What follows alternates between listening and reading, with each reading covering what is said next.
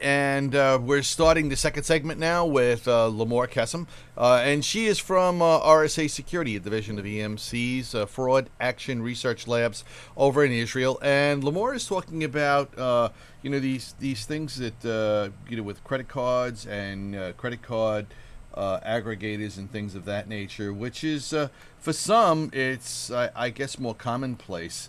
The way fraudsters manage to obtain stolen credit card information and credit card aggregators. The skimming device is certainly one way we've seen a lot of people do it. We're going to be focusing, and this is what I rudely interrupted you before. Sorry about that. All right.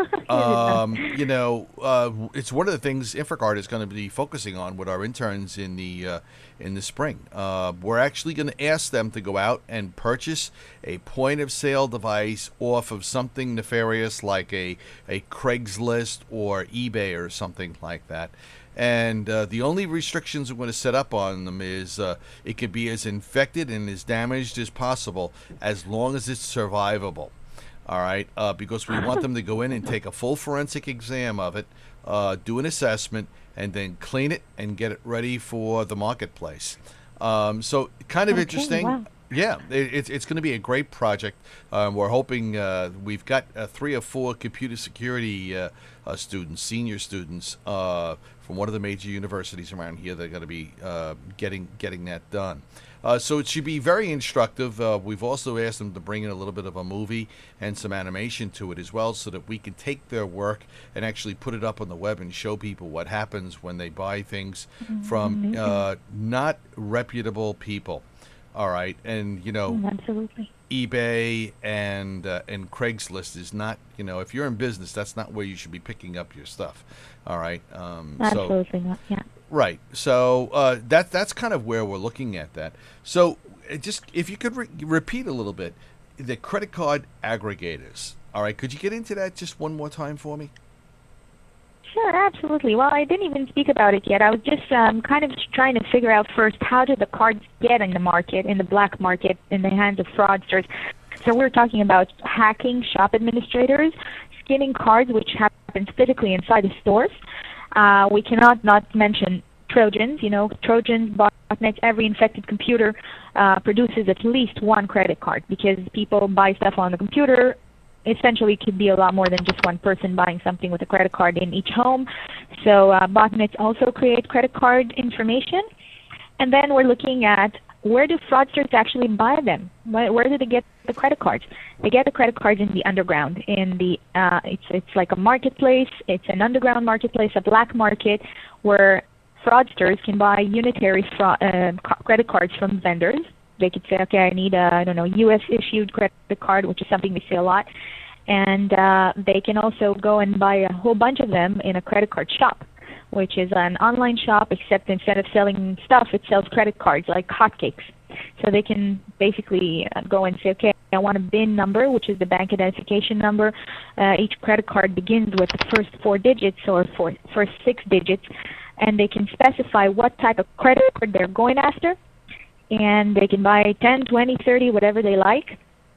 And what we're going to speak about now, about the credit card aggregators, is about a guy who decided that he was smart enough to invent a new thing and open a service site that aggregates results from a bunch of credit card shops into one place, which meant that fraudsters can go into his little site and look up a whole lot more results than they would normally find, because normally they would have to go register to one shop and then look at that inventory. Now they're looking at the inventory of 4 or 5 shops at one time.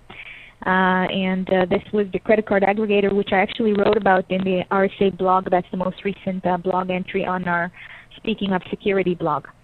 And there's even screen captures. Hey, Limor, as long as you mention that blog, can you give us the URL for that? Sure, absolutely. It's blogs.rsa.com. Okay. All right. We'll look into that. You said there's screen captures on there too? Yeah, of the aggregator site. Absolutely. You're going to see it's pretty interesting. Very, very cool. The other thing too is, it would be great to get that quote that you I don't know if you unintentionally came out with it. I'm kind of laughing here a little bit, because we've got this whole thing that we're doing tomorrow with our cyber study. We're actually launching a cyber study into the small to medium sized business community, for which we thank RSA as being one of the main sponsors for. All right, and one of the things that you mentioned was merchants using off-the-shelf solution that once hacked affect everyone using them. That's right. That actually is a great reason for merchants, small to medium-sized companies, for really using the proper software. All right, that makes one of the big business the cases. software is okay.